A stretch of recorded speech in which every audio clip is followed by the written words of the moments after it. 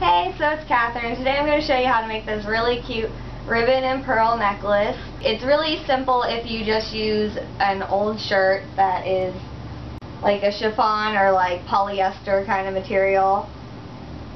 And this is just a tank top that I got at Goodwill. I'm just going to use like the tie around here and the straps to make the ribbon. What I did with like my other fabric, I'm using like the bottom hem of this shirt that I got at a thrift store too. I will show you how to make it.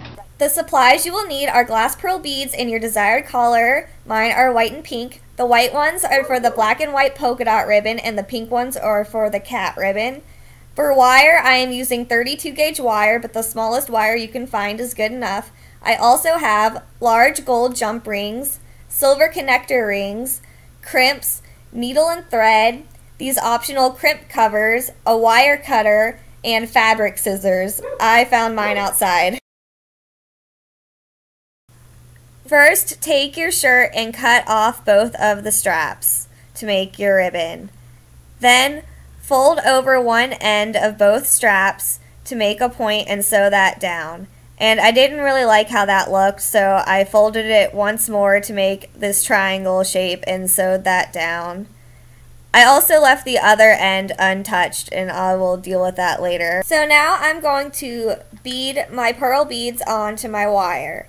And so I'm going to cut the wire to be a few inches longer than around my neck to allow for some extra working room. And you're going to want to make loops after this. And so then I put all my pearls on to about a couple inches shorter than around my neck.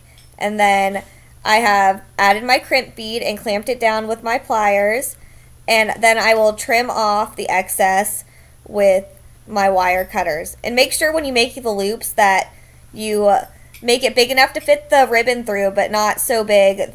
So I pulled the loose end of each ribbon, about 3 centimeters through each loop, and I'm going to fold it over and sew it down straight across.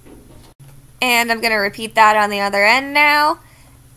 I also added my crimp covers, that's what they look like.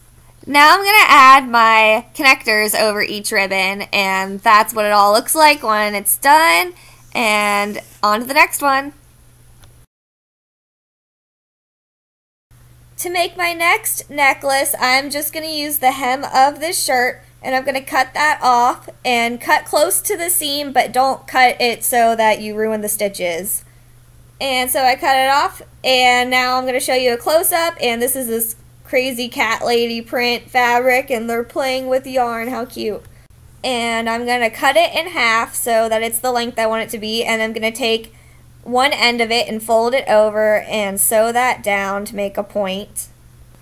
I also sewed it across the top, and I kind of liked the shape that this turned out. Here's what it looks like.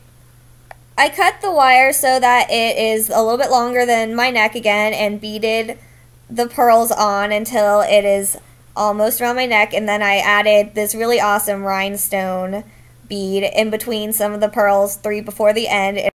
I think it turned out really cute, and I used beads from this Color Gallery set.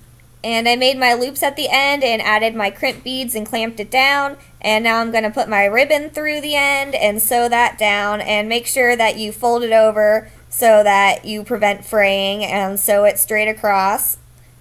Last, I'm going to add 3 jump rings over each end and sew that in place with a couple stitches, and here's the end product. What the first necklace looks like on, and I have it tied in the back, which is how I would probably normally wear it.